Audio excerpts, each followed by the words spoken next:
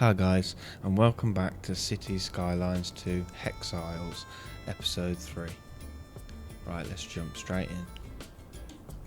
So on the last episode, we just bought a new tile and we were extending the industrial zone. So I'm going to go ahead and I'm going to build the roads out, and I'll check back in with you when that's done.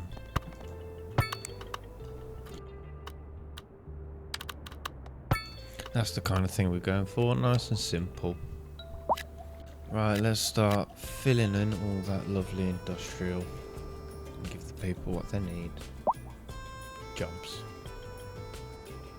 Right, so the need for offices is starting to pick up again, so I think I'm just going to fill in these parts down here with some offices and hope that they don't complain too much about being near industrial.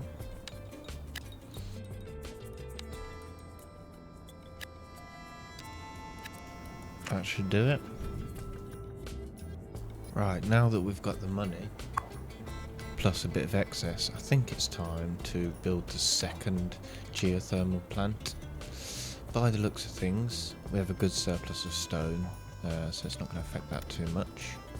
And I'm pretty sure you get a hell of a lot more money from the geothermal plant and selling the electricity back to the city than you do having more stone, so let's get doing that.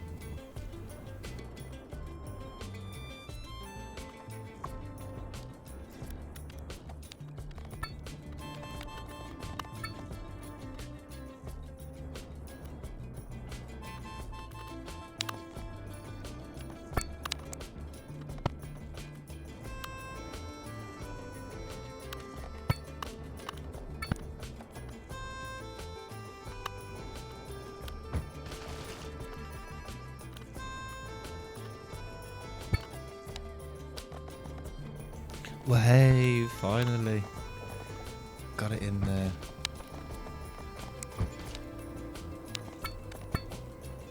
Oh, doesn't that feel good?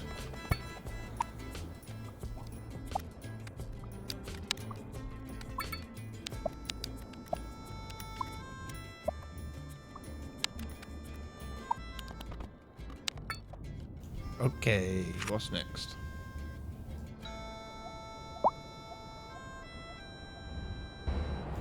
This is so unsafe. We could really do with some railings there. I'm really considering buying these tiles and just creating, two ways into the city, but it's going to cost so many tiles. I just hate those notifications about the traffic and all the red highlights. Now we're getting very close to starting to build things on the Hexagon Isles. I'm just thinking about the best way to do this.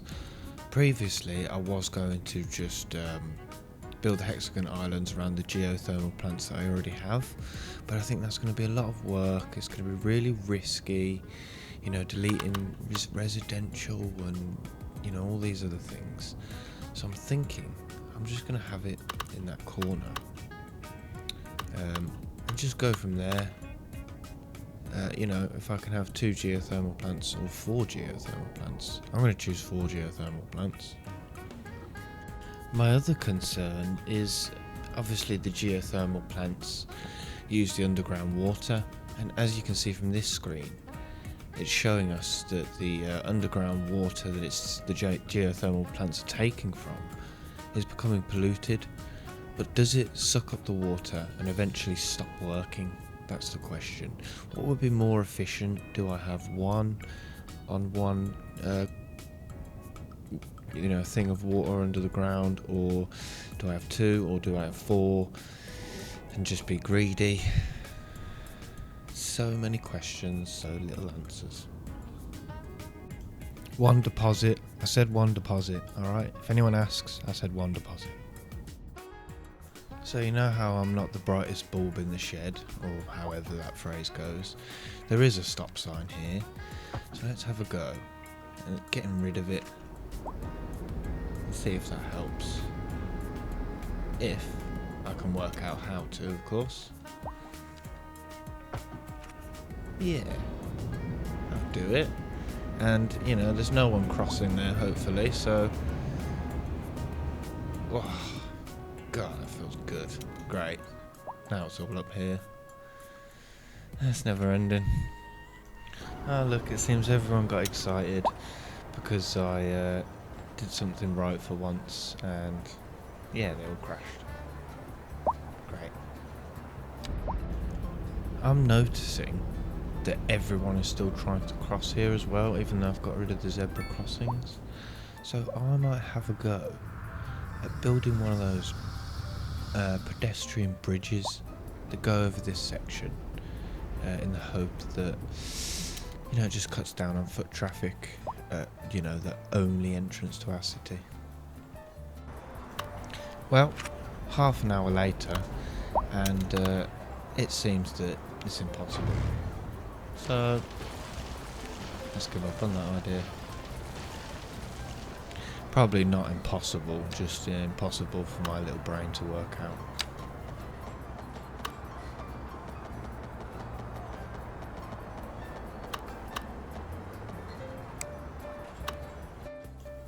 Well, I'd love to say mission accomplished, but it's not mission accomplished, is it?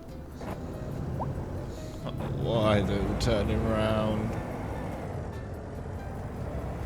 So maybe they're actually coming into the city, and because of the traffic they are actually going home, because the population is decreasing.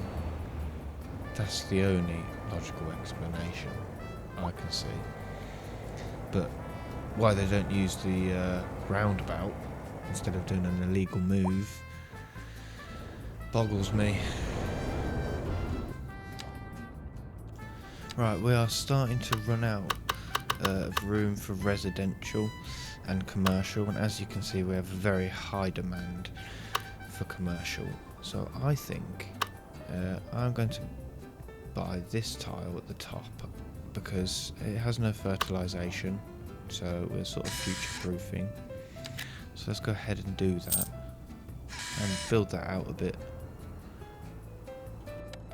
So continuing the tradition here in Hex Isles, we'll be buying a new tile and doing all the terraforming first, making it all lovely.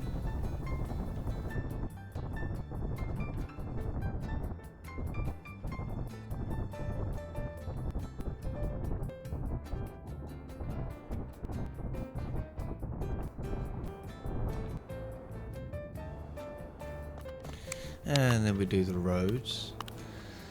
But I'm actually thinking, why have I not done bridges across anywhere?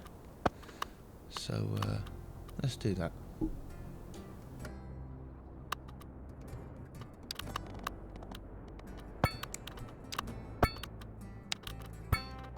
Looking good.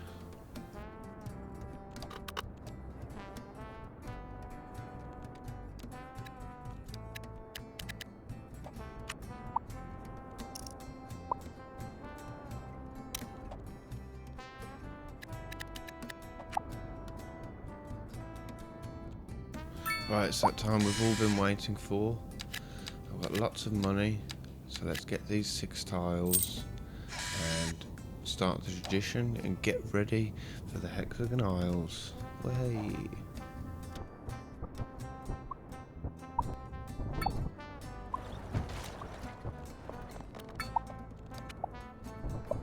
Man, the sounds are so satisfying.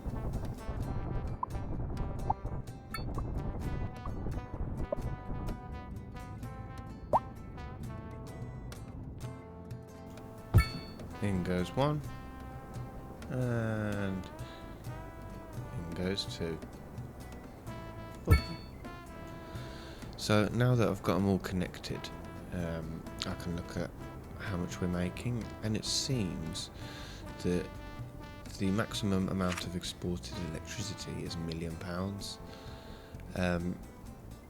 So until I get connected to other cities through electricity, it seems that 1 million is the maximum, Whether that changes, I don't know.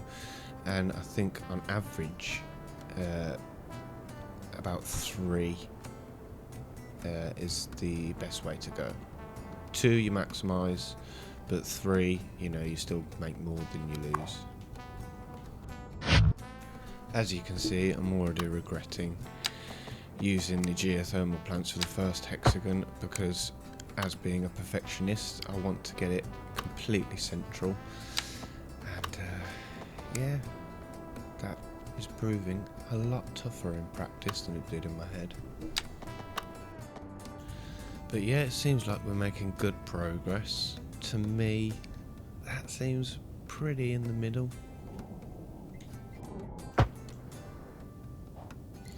Okay, all upgraded to bigger roads, and I'm happy with that. I think that looks pretty good. Right, it's time for the exciting bit. Let's start getting it filled up with water.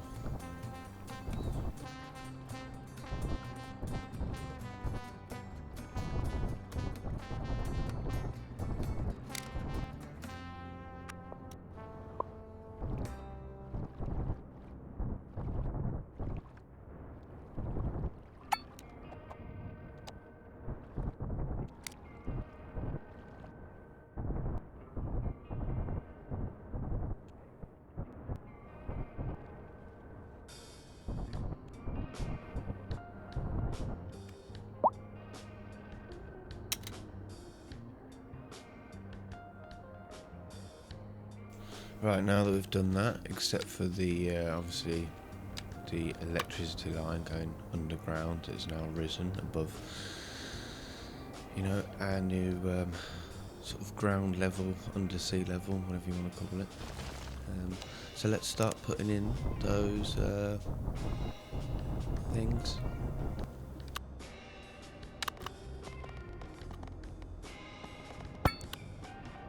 Oof, look at that, that's a lovely bit of retaining wall.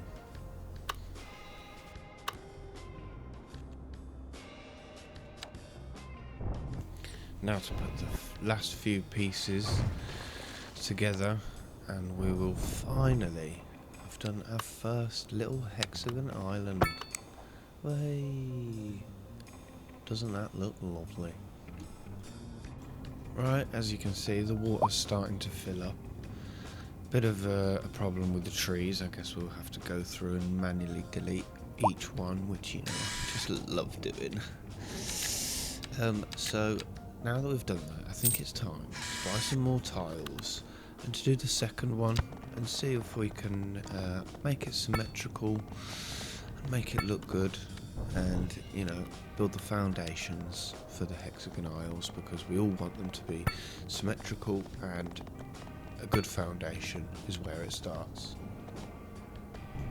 And as you know, if you do anything in life, it's never as simple as it sounds.